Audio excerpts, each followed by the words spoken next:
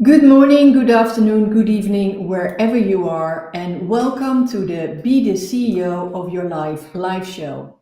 I'm Yvonne Dam, and I'm the host of this show where we empower business owners to work smart, earn more, and live better.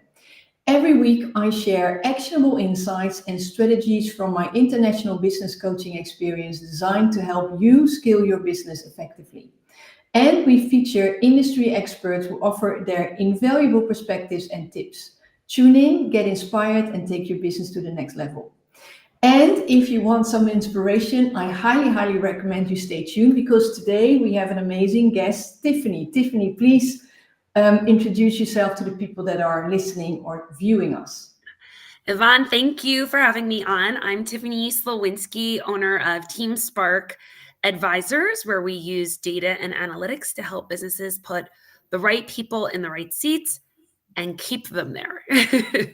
I love that. So I know from working with business owners that, at a certain point, there always comes this reflection, let's keep it positive, reflection on a team that isn't performing up to their standards. When I start a coaching program, we always start with an assessment, and 9 out of 10 times, it's always, my team could perform better. Now, I know you have this amazing tool that's actually helping you to get the right team and then helping you to grow your business. So talk to me about how does that work? Yeah. So, what I'm looking at are 7 work related traits who we are innately, right? Our personalities are formed in childhood. It's nature and it's nurture. And I'm scared right now because my youngest child is a little crazy cakes. So I can't wait to see her as a teenager and then an adult. But you see, even in your children, how they are. And that goes up to adulthood. And there's a right person for every role. I like to say there's no wrong people, just right people, right seeds. And so everybody deserves to be in their natural glory every day, doing what they're meant to do. That's when they're going to not only be their happiest, but also the most productive, best at what they do. And ultimately, from a company perspective, when you've got people in the right roles operating at maximum performance, they're less likely to leave. You don't have to replace them as often, right? And they're going to perform better, drive revenue. So at the end of the day, it really is about an ROI on having the correct people there. Yeah. And how does it work? It's like a special tool and I take a test. It's a test, right? And then from that test, it tells me how I operate or how do you describe it? So I like to call it a survey Hmm. instead of a test. Yeah. Test implies pass, fail, right or wrong. I have so many people go, I took your survey.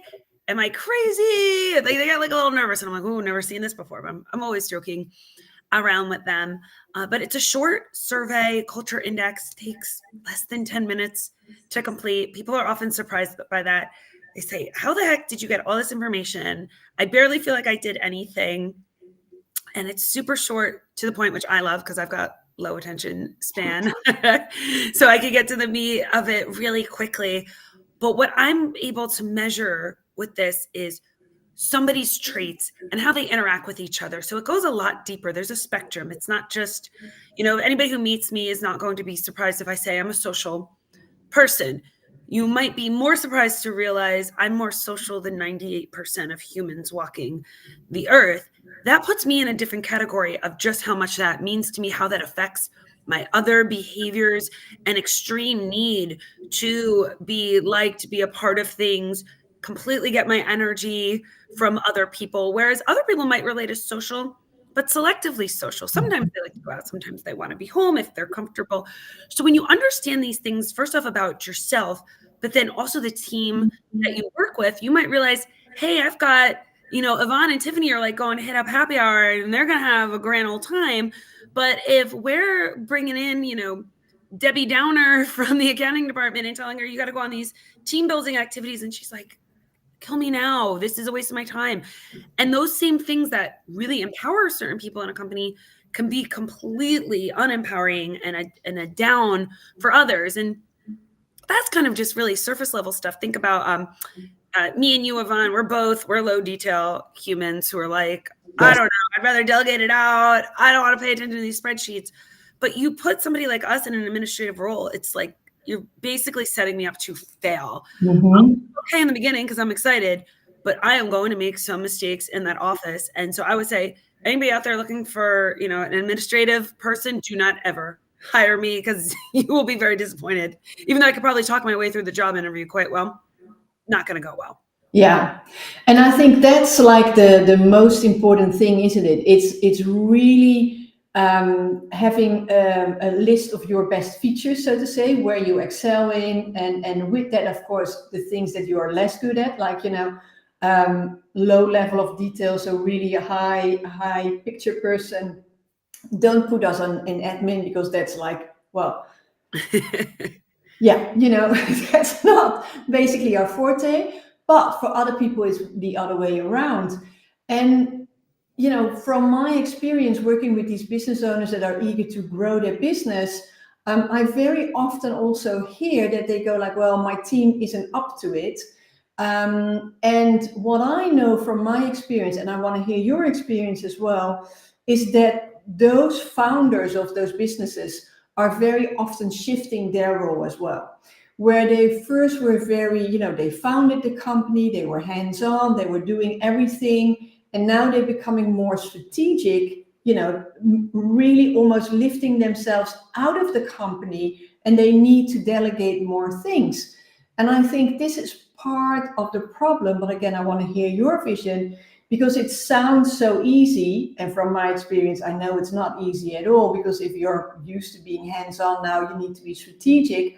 But talk to me why it is especially difficult with the team, because there is something going on that I know you have a solution for. Yeah, so you're really talking about the transition from like founder to a growing company.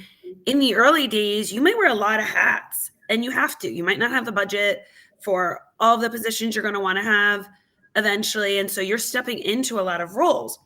As that company grows, ideally, right? You want, if it's meant to be, you want to be in that visionary seat. Again, if that's a fit. There's times I talk with business owners and they're like, well, I have to be the visionary because I'm the CEO. But I look at their natural traits, they're not a visionary pattern. And so you have somebody at a helm of a company who's not a visionary, who's trying to lead in a very reactive instead of proactive way. They're micro thinking. I mean, they're getting all the small stuff right, but they're not thinking about the big picture and the future. In that instance, you're better off hiring somebody with those traits and transitioning roles, and you could have a fantastic company, but you're not that visionary person. You're not right for that seat. You might have had to fill it in the early days, but it might not be where you land long term. And that can be hard for people to accept. I find generally the people with the most amount of self-awareness is when this goes really beautifully, because they can sit down with me and go and accept things, right? Mhm. Everything that's good can be bad. I've got no patience. Yes. So that's a horrible thing. I drive people. I'm a little too hard on them sometimes. But it's also my greatest strength in that I move at twice the speed, probably more than that. And I can also push organizations forward. So it's this strength that's also a weakness. And I've come to terms with that's who I am. I can modify it to a degree. I could slow down like a little bit. But if I got to work with a team of slowpokes, odds of us getting along and working well together are just so slim. There's Yeah. going to be a lot of frustration, honestly, on both sides. Yeah. So it's actually, this tool is amazing because it gives you self-awareness. It gives you like, hey, I know. And for me, because I took the same test, and by the way, we will share the test underneath. You're welcome to take it. It's a free test. I actually highly encourage. Survey. It's a Yeah. survey. Survey. Sorry, I won't say it again. Thank you. It's a survey. Take the survey because it's really insightful. But it learns you something about yourself, and it also really tells you, okay, where am I moving into the right direction?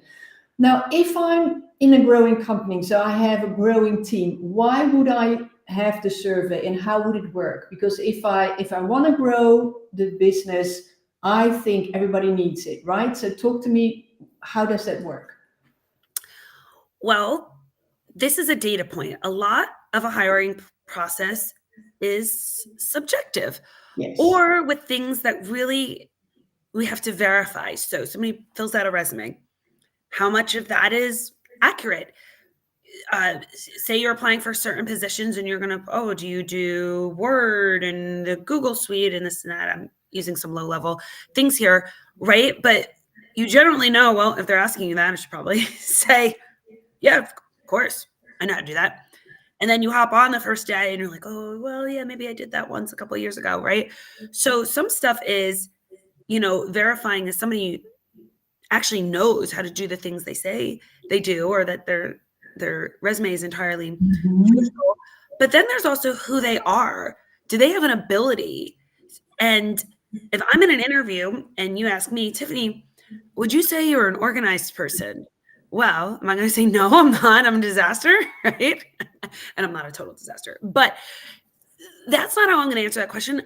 A lot of times things are kind of quite leading, or what the right answer. Do you form relationships with your clients? Of course I form relationships with my clients. I'm a relationship person. Whether you are or not in the moment, that's the right answer. This gives us a data point where somebody comes in for an interview. I've got their data in front of me. I don't have to ask questions like that. I already know those pieces, but where I can hit on are maybe some of the soft spots that I have a little bit of concern about. And I don't need, if this survey says they're a highly detailed person, that's the truth. That's what they are. You don't need to ask them about that, but you might need to ask about a few other things. I hear you. So then if you work with you, right? If you work with your company, then I can have every candidate take the survey. Yeah. I like to get more than less. Okay, but and how does it work with the people that are already working for me? Do they have to take the survey as well? And how do I then make sure that the new candidate fits in with the current people? Because that's important part of the culture as well. Yeah. So I like to survey an entire company. Sometimes they'll even say, oh, we're not really worried about that team. Or I'm like, it's included. Let's survey it. I want to get a baseline on everybody. I want to understand the existing teams. So part of my work, probably most of my work really, is working with you on your existing teams. Okay, what's going well here? What's not? Why? Is this manager the right person for this team? Or is this, I'll use an example in sales. This comes up all the time. You have a sales team, you got your top salesperson. All right, time to promote them to sales manager. And they're a lousy sales manager. And so you just lost your best salesperson. And you also now have a lousy sales manager. So you've kind of like got two positions on the rocks right now that previously might have been strong. This is why it's important to understand everybody who's currently there. And then now we've got this baseline. Now, as you're bringing new people in who might work well on this specific team, depending on who they have to report to, it could be an identical role in a different company. And I might say, they got to report to this COO. These two are going to be fighting all day long. It's not a good fit. If this COO is who's here and somebody's got to be able to report to them, I'm going to need somebody who's got these traits because they'll be able to work in this environment better. So you got to understand the existing structure, because that's part of what helps determine who to bring in. And also really clearly defining what is that role. What do they spend the majority of their time doing? We all modify to a degree. I might be a great leader, proactive, future thinking, competitive. I still have to sit on a team, sometimes in a boardroom, and make decisions with others. I don't get to just go and do everything the way I want it all the time, because that would be my ideal world, right? So really figuring out existing team, and then we can plop people in there that are going to make sense for the company. Right. So if I hear you correctly, there are certain elements that come into play. It's the people that are already there, like the baseline. That's how you call it. Then it's of course a job description that you need to make sure that you are adequate to do all the things that are required. And then, but there's also an important one: who do you report to, and how is that interaction going to be? And I find that very critical, because that makes sense why. And you see this all the time. I see this all the time, where people are good people in whatever they do. But in some environments, they're better than in other environments. And it always has to do with the leadership that they report into. Is there a good match or is there no match at all? Mhm. And Yvonne, have you ever worked for a micromanager? oh, How long did you last? no, not that long. Your profile shows me that you absolutely fundamentally are not willing to be micromanaged. If I see a profile like yours come in and I know there's a micromanager above, forget it. Yeah. You're going to drive each other nuts. Yeah. Yeah, it's not going to work. No, I actually, when I moved to South Africa, coming from the Netherlands back then, where I had all the freedom in the world, and I was still in a corporation then. I was with PwC, and I started in South Africa, and everything was different, but I was micromanaged. I even had to, my emails were reviewed again. And that didn't work so well. Oh man, I think I'd be out of there. Yeah, I had to adjust, and I had to also really confront them, which they weren't used to. But we worked it out. But it was in the beginning. I remember that very clearly, and also, I must be honest. If someone works for me and they want to be micromanaged, or I need to guide them every step, and I need to tell them every time what they need to do, I have zero patience for that. No. I'm like, I have an idea, I give it to you, to my team, you deal with it. Of course, you can ask me questions because I'm not always that clear. I know, because it's a great idea, let's do it. But if then I have to guide them every single step, I have no time, I have no patience. I'm already on to the next and the next and the next. Mm-hmm. And I know that. So for me, when working with people, when I hire people, that's a given. You need to be that self-started, that independent person who also isn't afraid to speak up. But it's yeah, I love that people see that, from you. And then how does that work? You coach people as well through it, so to say, because not everybody is understanding that instantly. And I understand, tell me, because we get like the survey results, and then Yeah, it's really consulting. It's ongoing. Nobody becomes an expert in this in a day, right? And our natural tendencies are to go back to what we've always done. So a candidate comes in, you decide you like them for yes, whatever reason, yes, and then you take my data and you throw it in the garbage because you're like, oh, this time it's different. This time this data, I know it worked all the other times, but this time this doesn't make sense because this person has 20 years experience and worked for my competitor. Well, maybe there's a reason they're looking for a job. Maybe they have 20 years of experience, doesn't mean it was good years of experience, right? So I'm there to really be that accountability buddy, that little birdie on your shoulder, that I am completely candid at all times. You're not paying me to come in and just tell you what you want to hear, which sometimes I'm going to tell you things you don't want to hear. And you have a choice to make the decisions you want, but it won't be without me telling you what I see first in the data. So you go in eyes wide open, and I'm trying to help save you money from making mistakes of hiring people that you're going to have to replace in a few months. yeah. So it's like when you and I would work together, we get access to the survey. When we have candidates, they can do the survey. Then based on, let's say I have a top 3, you and I speak. You say, well, based on what they, what their outcomes are, so to say, and what you require, and given the whole team, this is what I advise you. Yeah, I would say I would advise to interview these ones. I would not advise these ones. Right. Okay. So that already saves a lot of time, I would say. And I can imagine that it really works well for the culture, because now you have a team that fits instead of a team that's like, all the time. That also, we're not all identical human beings. So to fit into a culture doesn't mean I'm going to hire 10 Tiffany's, right? We'd kill each other. Yes. That's not going to work, right?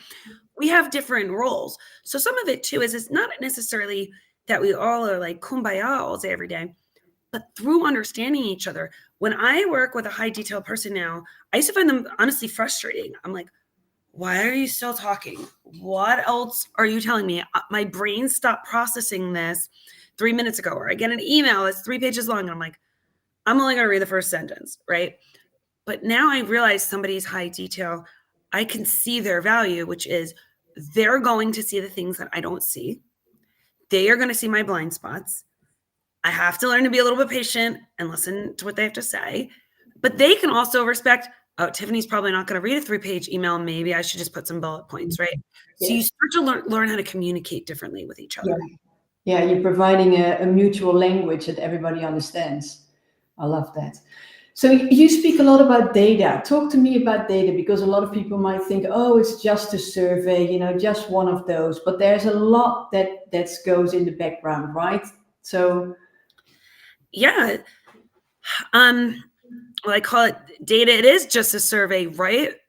But it's accurate. The reliability rate is 92%.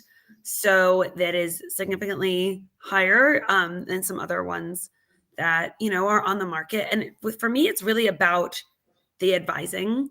So again, I was talking to someone recently and he said, when I first, took it, I knew just enough to be dangerous, which meant I went into work on Monday and I was like, all right, here's my list of people I got to fire. And then I was like, wait, no, that's not how this works, right? Like I need somebody there to help keep this grounded, because if you just take something at a very face value of a printout, well, I'm not going to advise you to go in and fire a whole team. You got to run a business here, right? So I like to say we work with who we have, but then we hire better. We have to be realistic about what we can expect from people. Sometimes it's just a little bit of tweaking, a little bit of language change, putting somebody on a different team, or even just leveling what your expectations are for a role. And sometimes too, in a company, you've never seen something great because you've only had mediocre. So sometimes somebody appears good because they're better than the last person who did it, or they're, better than nothing. yeah, There's fear sometimes, like, I don't have time to hire somebody. I'm just going to keep this person.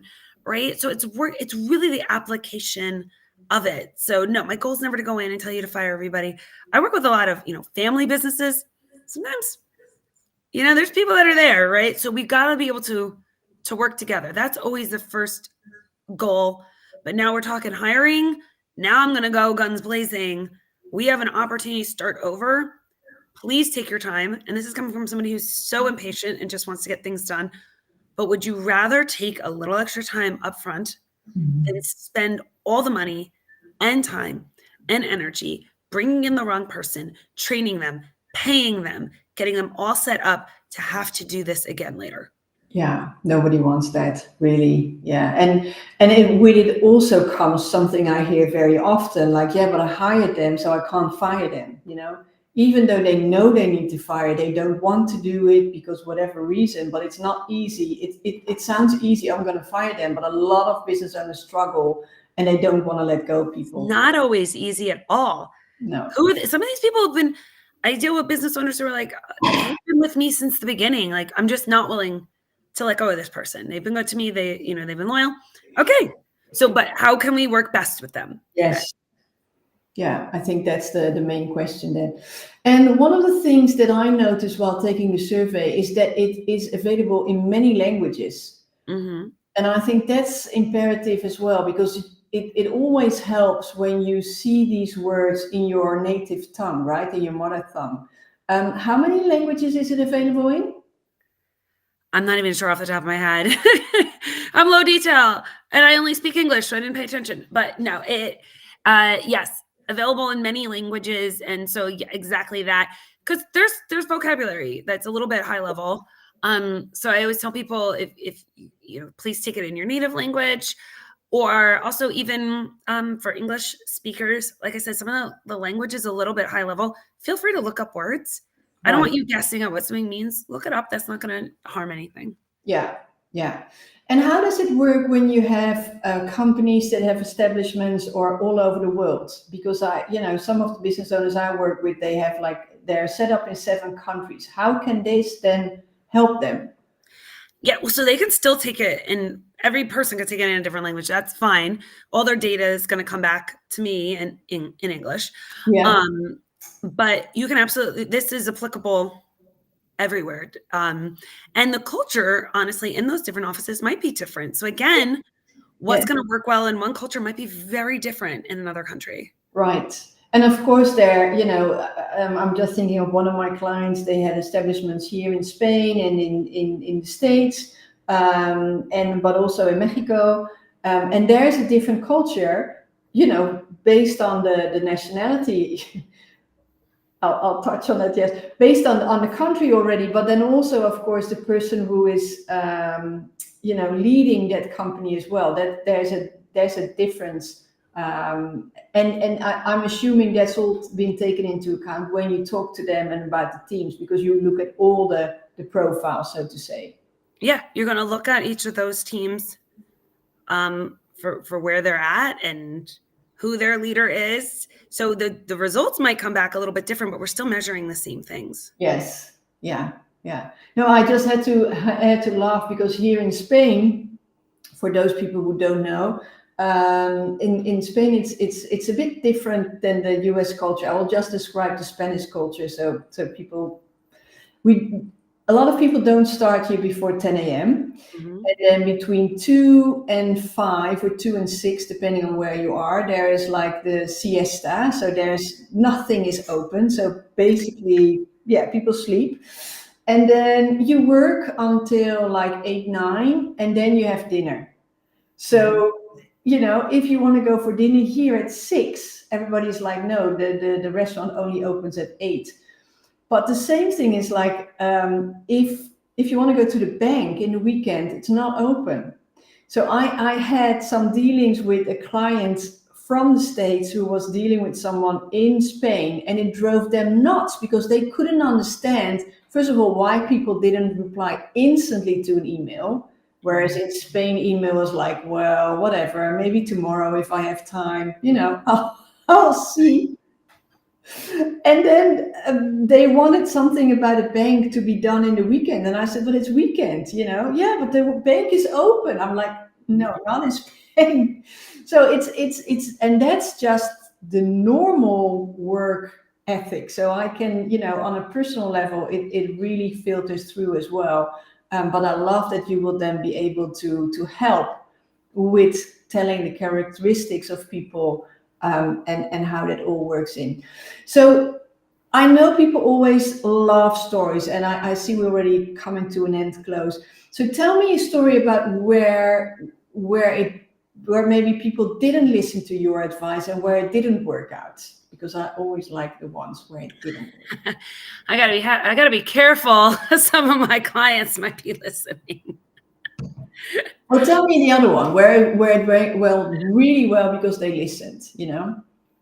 Yeah. So I have a client I'm working with, and I took a look at the profile, and I said this would be a really good person for this position, and he's like, I don't know. I actually already interviewed her, and I said, give it another shot.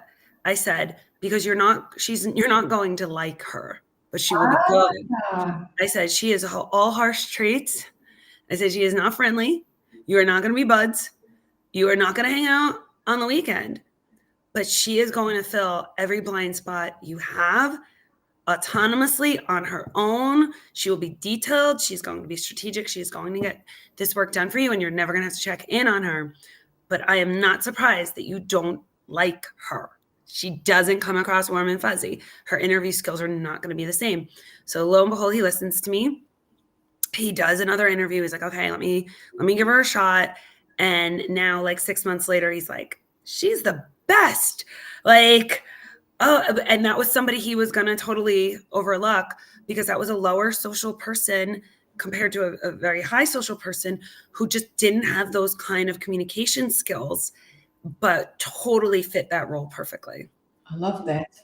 Is it also true then, from my experience, that a lot of people like to hire a mini-me, right?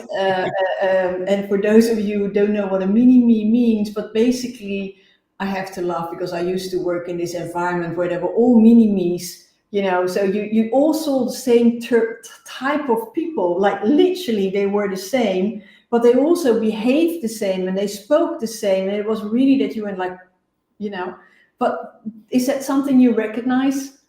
Yeah, because we all think we're great. So yes, I see that a lot. And that can start trickling down, right? From the top down.